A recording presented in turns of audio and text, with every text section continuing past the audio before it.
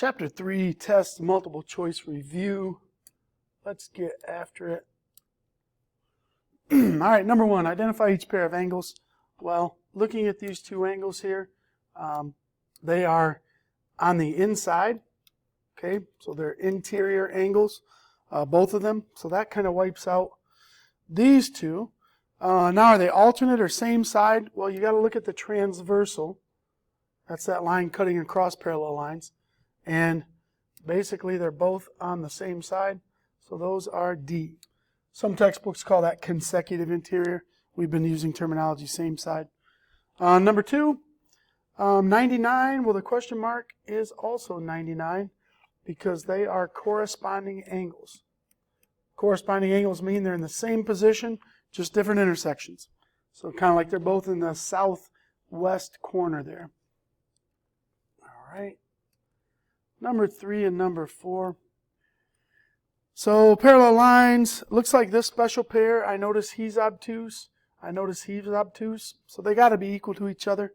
110, and those are alternate interior, okay? Because again, you look at the transversal, and they're on opposite sides. Alternate kind of means opposite sides of the transversal, both on the interior.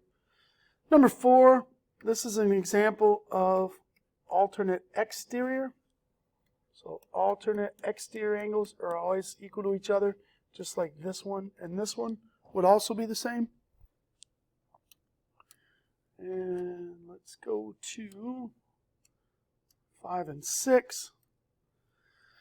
So since this is 75, this guy is his same side interior.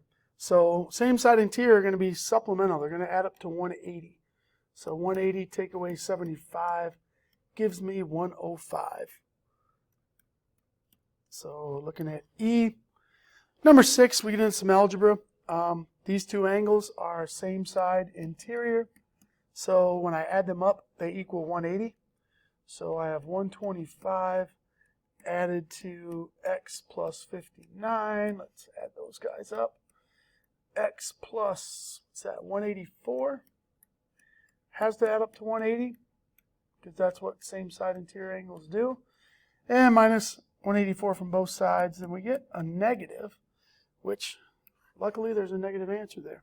So it works out for us. All right, 7 and 8. So we got a couple extra lines in here to try to throw us off, but really focus on the parallel. And then let's focus on just this transversal.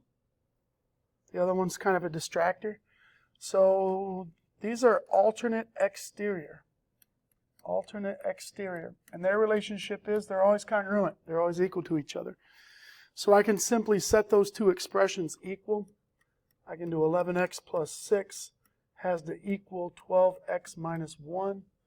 I'm going to minus 11x from both sides. That's going to give me that. And then I'm going to add the 1 to both sides, and I'm going to get x equals 7. So B. Now, if this was a test, I would probably put 7 in just to verify. So if I put 7 in, 11 times 7 is 77, plus 6 would be 83. And down here, 12 times 7 is 84. Take away 1, and I'm confident, yep, that's the right answer. So if you really were horrible at algebra, you could just plug in all of these numbers until you got two angles that were equal to each other, but probably be a lot more work. Find the slope of the line. Well, first of all, this line is decreasing from left to right, so I know it has a negative slope, so I can wipe out 2 of the answers right now.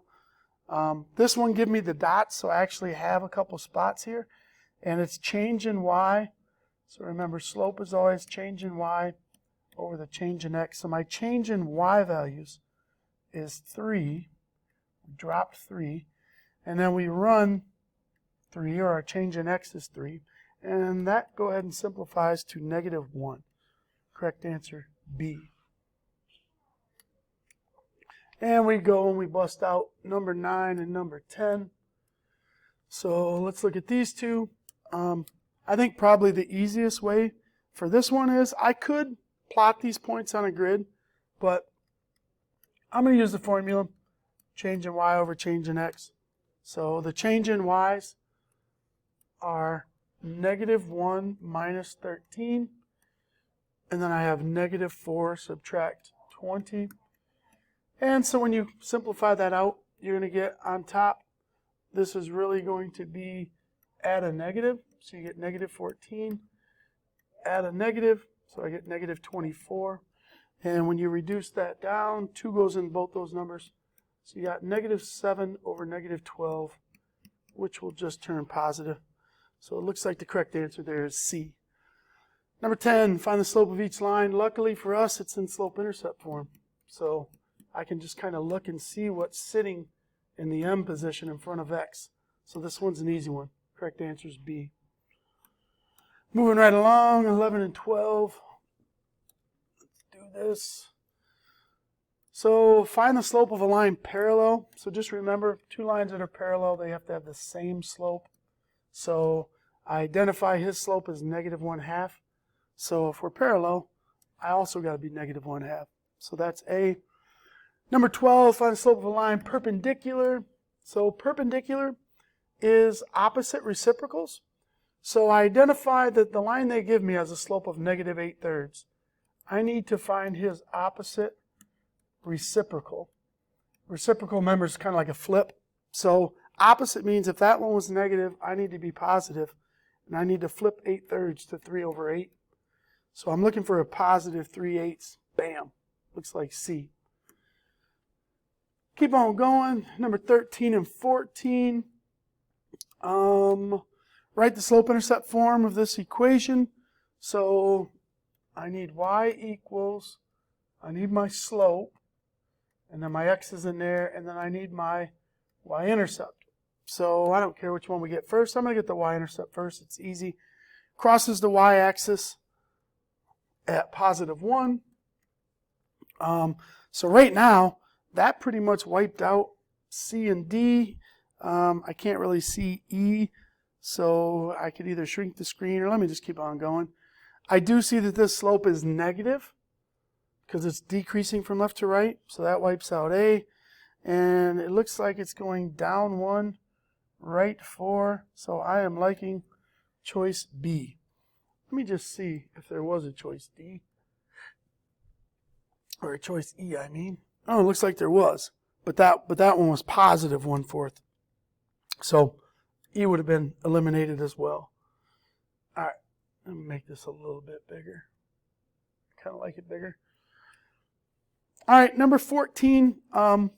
This one is pretty straightforward just because they say write it in slope-intercept form, and they give me the slope and they give me the intercept. So it really doesn't get any easier than this. The slope goes in front of the x. The y-intercept goes to the back.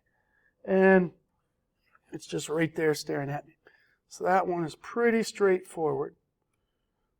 All right. Let's go to number 15. Write the standard form of the equation. So first of all, I can never just go straight to standard form. At least I can't. I would prefer you to put it in slope-intercept form. So here is my slope is -1 x. My intercept is -3. Realize most of the time they're not going to show the 1. They would just write it like that.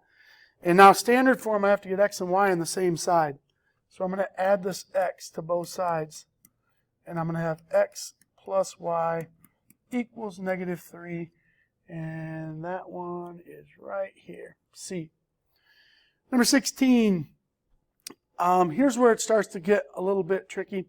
So let me go forward and just do one per screen. Make this a little bit bigger. Always control your environment if you don't like how it is. So I got to go through 5, 5. My slope is 2. So I always need a slope and a point. Have to. Every single time I want to write an equation, I need the slope and I need a point. You give me that and we're money. We're good to go. Sometimes they don't give me the slope, but I can find it. So I know because of this, I know I have a starter equation. I have y equals 2x, but I don't know my b? I don't know what b is. They don't give me the y-intercept. So what I can do, because I know that it goes through this point lives on the line, that means that this point is a solution. So that means that x equals 5, y equals 5. They make the equation work. So I'm going to plug those in. I'm going to plug y equals 5, and I'm going to plug x equals 5. And I'm going to figure out what b will be here. So 5 equals 10 plus b. I minus 10 from both sides, and I'm like, oh man, b is negative 5. So now I can come back to my original equation, and I know that the answer is negative 5 because I just solved for b, and that matches up with a. All right, go to the next one, number 17. I need to go through that point. So basically they're saying, hey, here's an x, y you can plug in. And then I need to be parallel to this dude. So to be parallel to that dude, I got to keep it the same. So I'm going to have y equals 1/4 x plus b. Not really sure what b is. So here's what we do. We plug x and y in. I know it's a solution. So I slap 5 in for y. I slap 4 in for x. And we're going to solve for b. So here we go. You got to be good at multiplying fractions. This is old school here. So 1/4 times 4. It's really like 4 over 1. So that just comes out to be 1. Anytime a number times its reciprocal is always going to be 1. It's a rule. Get back. b minus 1 from both sides, you get b equals 4. So I come back up to the original equation. Bam, slap a 4 in there. And now I'm looking to see who matches that. And it looks to me like the correct answer is b. Now, you could always graph these ones as well. It's going to be a little bit more time consuming, but hey, if you're trying algebra and things aren't going your way, go into graphing. I have no problem with that. Just realize on an SAT, they don't provide graph paper, so you're going to have to do a little bit of sketching on your own. So, directions, write the slope-intercept form, meaning I want it in y equals form. They're giving it to me in standard form. All right, they're giving it to me in standard form. So I have this 3x minus 5y equals negative 35. And I want slope-intercept, so I got to get y by itself. So my first move is I'm going to minus 3x from both sides. Don't forget that negative there. Now I have a decision to make.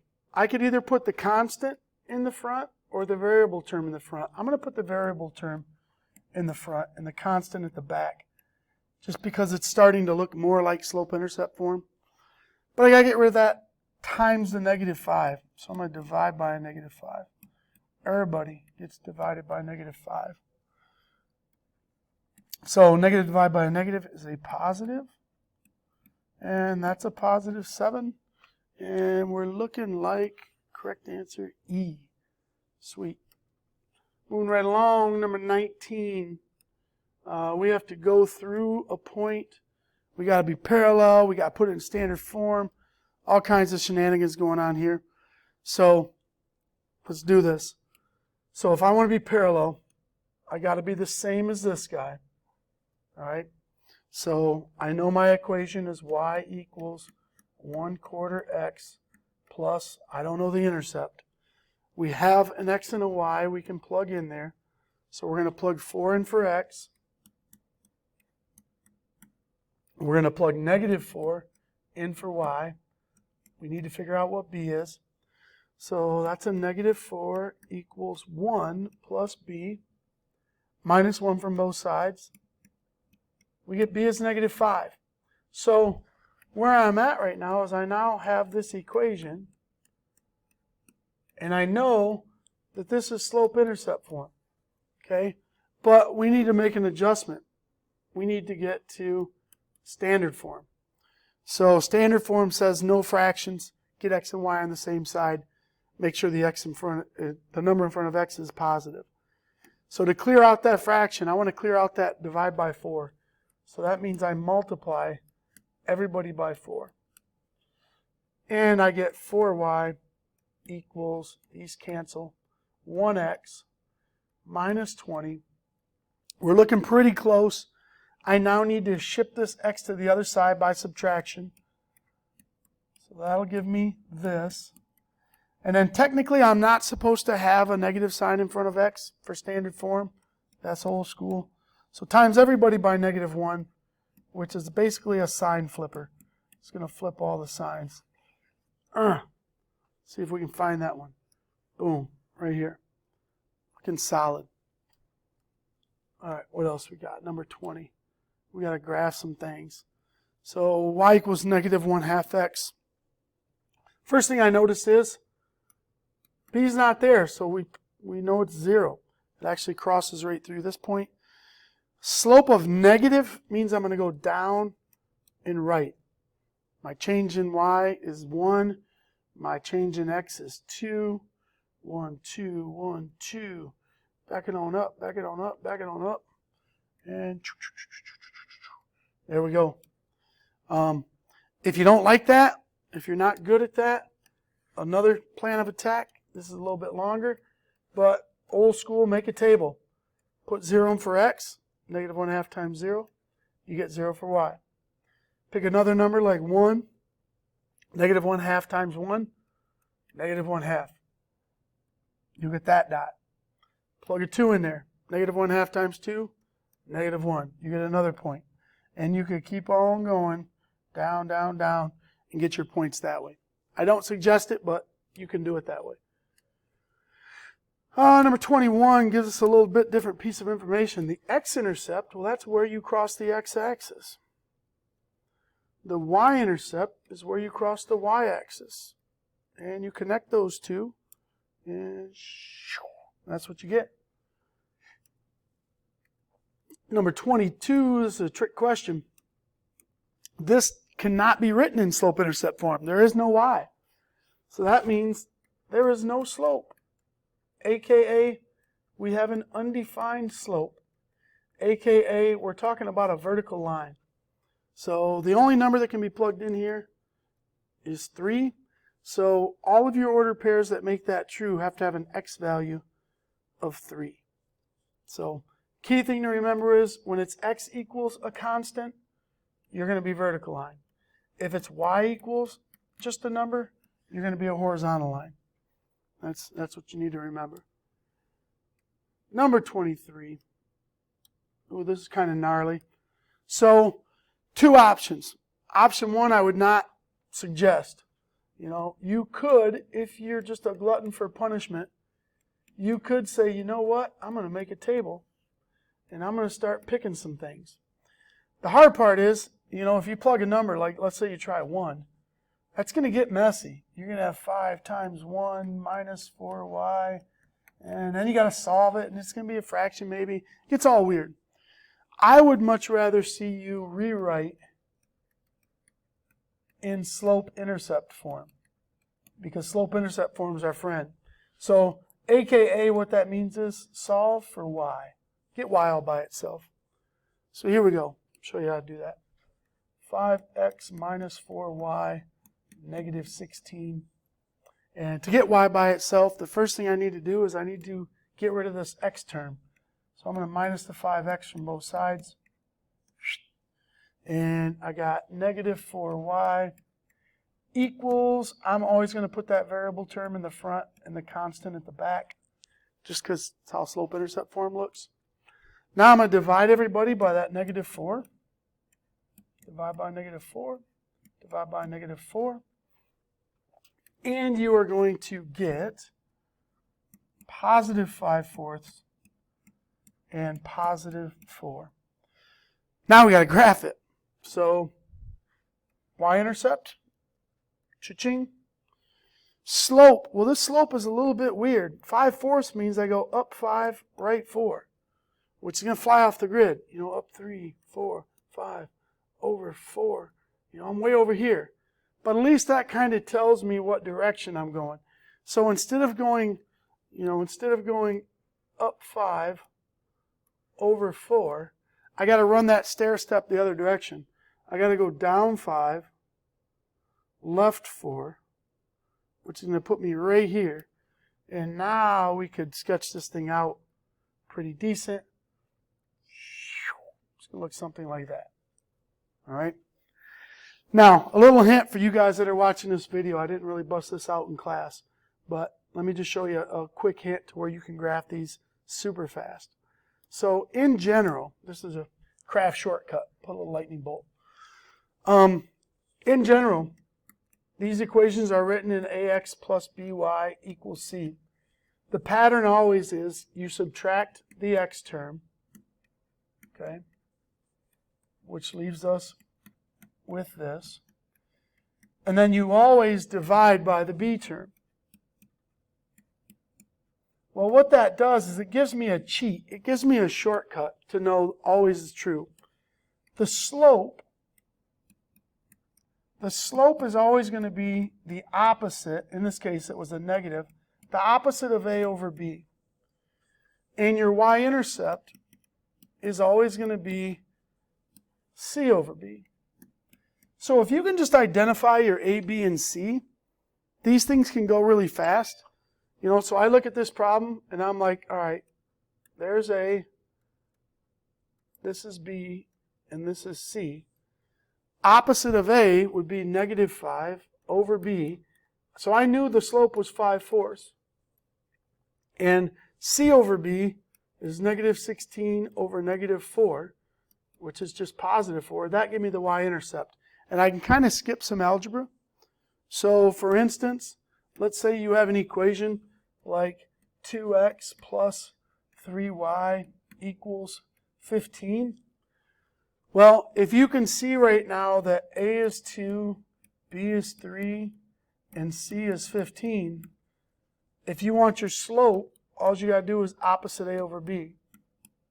If I want my y-intercept, it's just c over b. So I can get my slope and I can get my intercept pretty quick. So if I were graphing this one, I got my intercept, slope of negative 2/3, down 2 over 3, down 2 over 3. So just a little shortcut for some of you veterans that are watching the video. Show you a little something, something.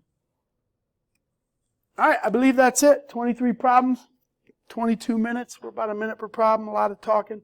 Hopefully this helps you out, getting you ready for the test. See you.